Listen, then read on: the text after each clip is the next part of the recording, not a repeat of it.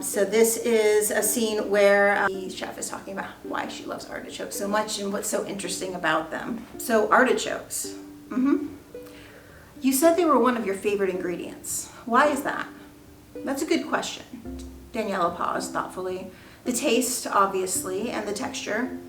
And I like that you have to work for it. There's something satisfying about having to put in the effort and then having this absolutely delicious bite. But I think it's also because it took me a while to learn how to cook an artichoke correctly. I overcooked them and they got all mushy. Or I undercooked them and they were too chewy. Just like Goldilocks and the Three Bears.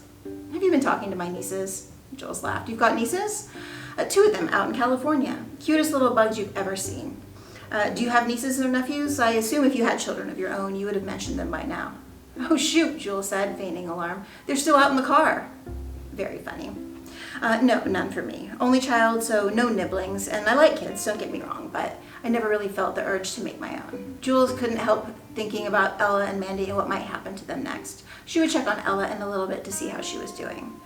I feel you there. I love my nieces so much, but it's also lovely to take them out on an adventure and return them home to their parents. Definitely. Do they like artichokes too? Daniela laughed. Nice segue back to food. Here's an interesting fact about artichokes. Did you know they used to be illegal in New York? What? Is that true? I would never lie to you about artichokes. In the 30s, they were illegal in New York because of gangs. Oh, what were the gangs doing with them? Throwing them like grenades? I guess they do look a little grenade-like. Well, it was more of a monopoly situation, but they could probably make a formidable weapon. After all, artichokes are a member of the thistle family, and it would be none too pleasant to be hit by them.